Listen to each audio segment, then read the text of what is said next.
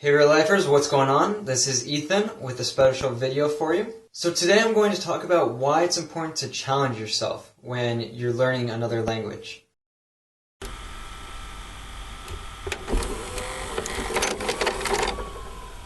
Is this real life? So all of us are looking for the easiest way to learn another language.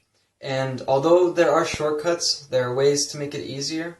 At some point we have to realize that it's not an easy process. Learning a language is difficult and it takes a lot of time. And it's important to challenge ourselves because challenging ourselves is going to make it go a little bit faster. And it's also going to make it a little bit more fun process. So just like if you want to get stronger, you have to lift heavier weights or do more reps. If you want to get better in a language, you also need to find ways to challenge yourself to use heavier weights. Challenging yourself the right amount can increase your fluency.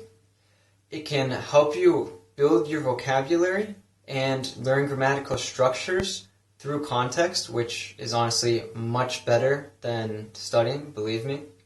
It can help you understand native speakers better, and it can certainly help you achieve fluency in speaking. Alright, so maybe you need some advice on how to get started challenging yourself in English. Maybe you don't have an idea of how you can do this. So first you need to change your mindset a little bit. You need to realize that you're not going to understand 100% and that mistakes are okay, that you're going to make a lot of mistakes and that they're actually a good thing. We need to break this mentality. Most of us have learned going through traditional school systems that mistakes are really bad. You know, on our tests they mark us with big red marks every time we get a question wrong. But when you're learning a language, it's all about communication.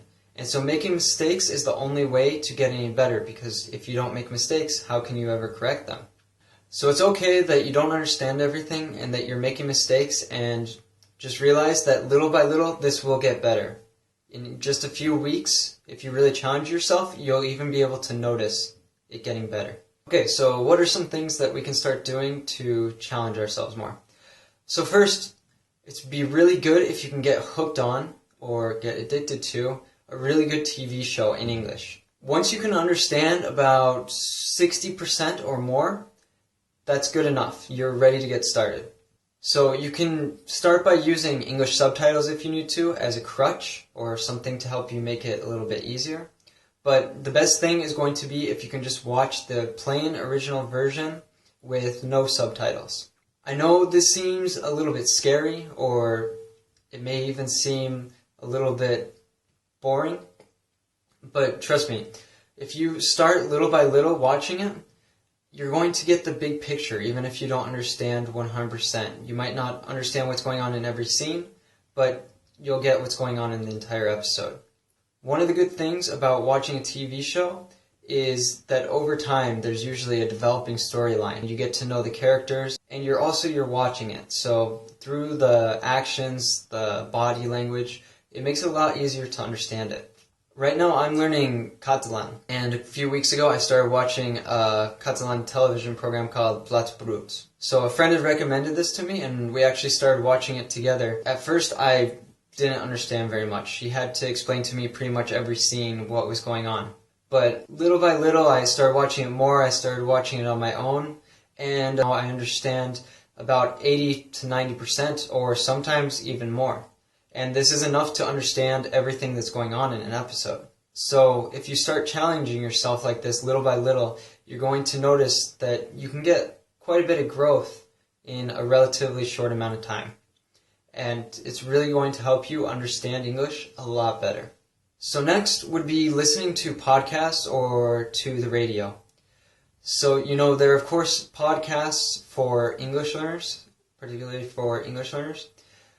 But I would really recommend that you challenge yourself and download a podcast that is meant for native English speakers. This is very easy to find. There are thousands of these. Just go on iTunes and go into the little search box and look for something that's interesting to you. Download a few, try out some different ones. Experimentation is always good when you're learning English or learning any language. And start listening to these all the time when you're walking around somewhere, when you're on the bus, when you're driving, when you're at the grocery store, whenever. You don't have to understand anything with this. It's really just important that you're listening to the language. Little by little, you're going to see yourself getting better, and you're going to get used to the intonation and the rhythm of the language. It can even be a good idea, if you feel comfortable doing this, to listen and to try to repeat what they're saying with the same rhythm, the same intonation in the sentences.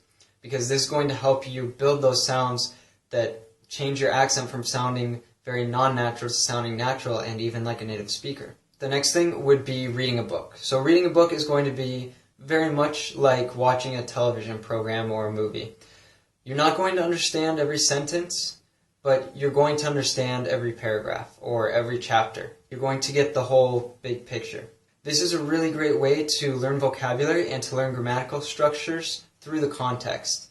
And this is going to show even in your speaking.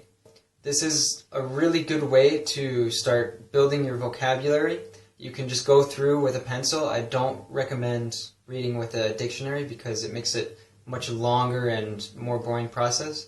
So just go through with a pencil, underline words you don't know, or maybe something grammatical that you don't know, a conjugation that is kind of weird.